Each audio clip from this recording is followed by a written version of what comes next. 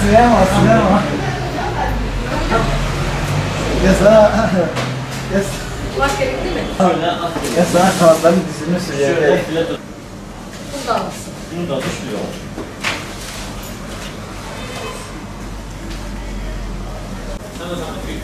Bu 2 kilo. 2 kilo var. 2 kilo var.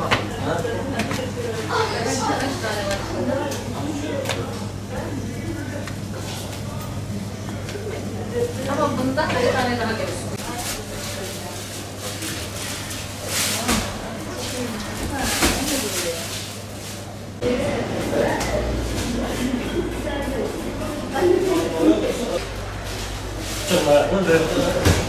Üretici maliyeti 10 liradır. Normalde 15 liranın altında olmaması lazım. Olunca kalite düşer. Yani adam günde 110 gram mısır vermesi gerekir, emini vermesi gerekirken şimdi 60-70 gram mısır veriyor. Hani maliyet yüksektir. Üretici konuşuyor, bizimki biz al sat yapıyoruz. Bizim için 10 lira biz alsa 10 bin liraya satarız. Ama üretici konuşmuyoruz, biz zarar ediyoruz. Nereye kadar gider? Mal ihracata gitmese biz batarız. Çoğusu şu anda hepsi borçludur. Ama şu anda gıda ürünlerinden en ucuzu şu anda yine yumurta.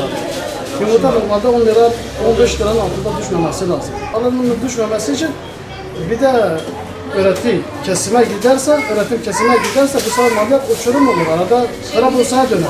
Ama şimdi de Türkiye'de 25 milyon üretim Türkiye Cumhuriyeti'nin hepsine yetiyor. Şu anda 140 milyon üretimimiz var. Yumurtanın normal ucuzdur.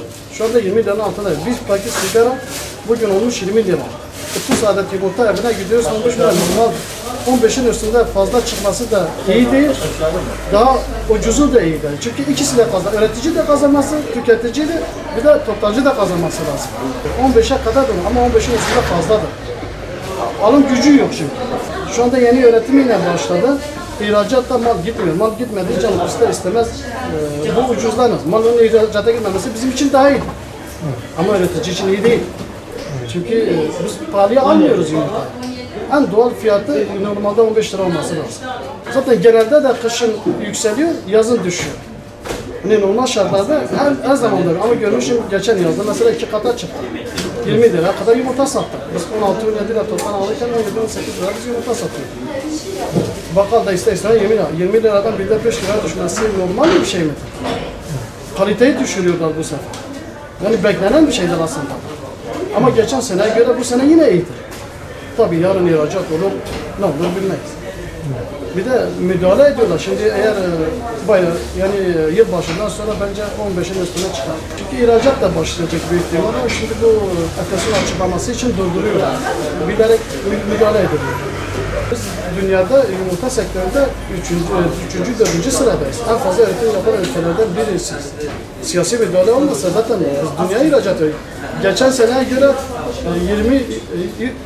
20 milyar dolar sadece ihracat kaybımız. Yani geçen seneye göre. İhracat şimdi yok. Fiyatlar normaldir, böyle iyidir. Geçen seneye göre %5'e de gitmiyor. Biz %30, %40'larda ihracat yaparken %5 bile gitmiyor. 2,5 milyona yakın üretim var Kızıltepe'de, Mardin'de. Zaten Haber'sı kapısı yakın. Onun için ihracat bizim için kaçınılmazdır ama gitmemesi bizim için daha iyidir. Vatandaşımız yiyor. Tabii üretici açısından iyi değil.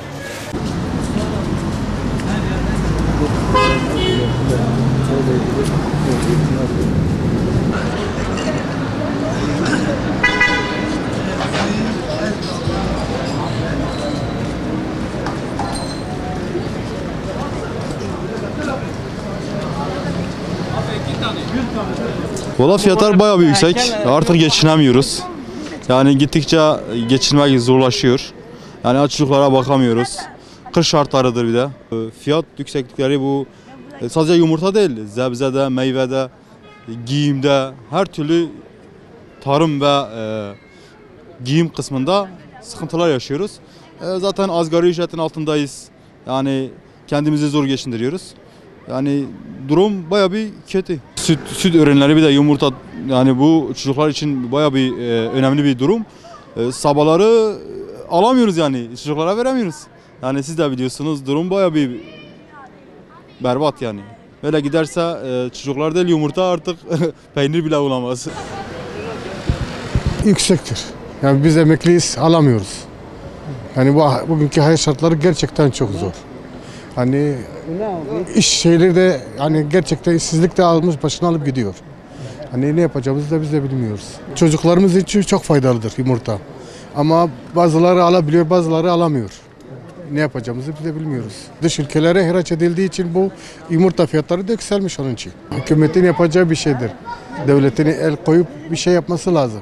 Yani bizim elimizden bir şey gelmez. Bu bir de komisyoncuların yapacağı bir şeydir.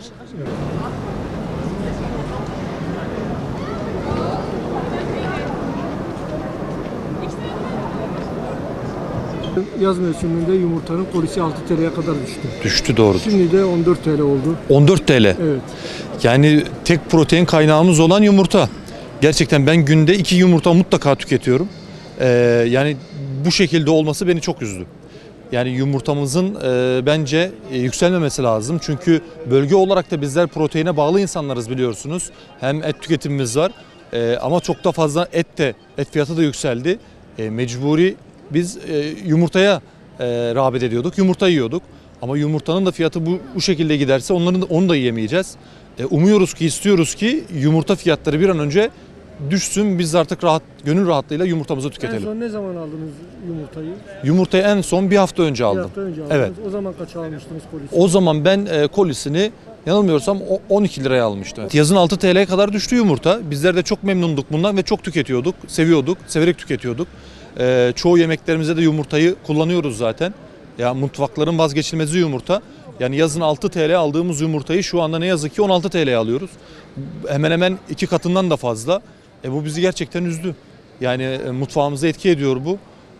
Böyle olması ve bu şekilde devam ederse yumurta ne yazık ki şey yapamayacağız. 7 TL'ye kadar düşmüştü tavukta. Tavuk biliyorsunuz bizim buralarda da yazın da, yine o da yazın genelde pikniklerde tüketiliyor. Yani bunlar gelişime yönelik illaki böyle artılmalar mutlaka oluyor her şeyde. Ama birden olduğu zaman, cebimizi de etkilediği zaman ister istemez bu bizi birazcık zora koşuyor.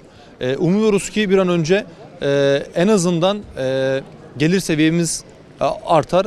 Bizler de etimizi, yumurtamızı, tavuğumuzu alabiliriz diye düşünüyoruz. Çok teşekkür ederiz. Çok sağ olun.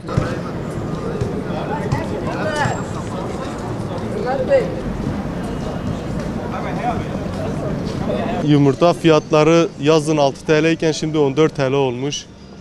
Biz işletmeciyiz. Her ay, her hafta hemen hemen 200 koli yumurta indirirken şimdi 100 koli indiriyoruz. Kimse bizden, üretimimizden şikayetçi olmasın. Yani elimizden bu gelir. Her şeye zam geldi. Doğalgaza, elektriğe, suya. Yani bu nereye kadar varacak bilmiyoruz. Unlu mamulleri çıkardığımız için hani şimdi yumurtasız çıkan ürün çıplak gözüküyor. Bu zamlar bizi baya bir etkiliyor. Yani buna bir çözüm bulsunlar artık. Devlet şimdi vatandaşın sırtında kazanıyor ama dışarıya baktığın zaman kendi üretimleriyle kazanıyorlar. Şimdi Siirt'te, Türkiye'de öyle bir şey yok. Sadece milletin sırtından kazanıyorlar.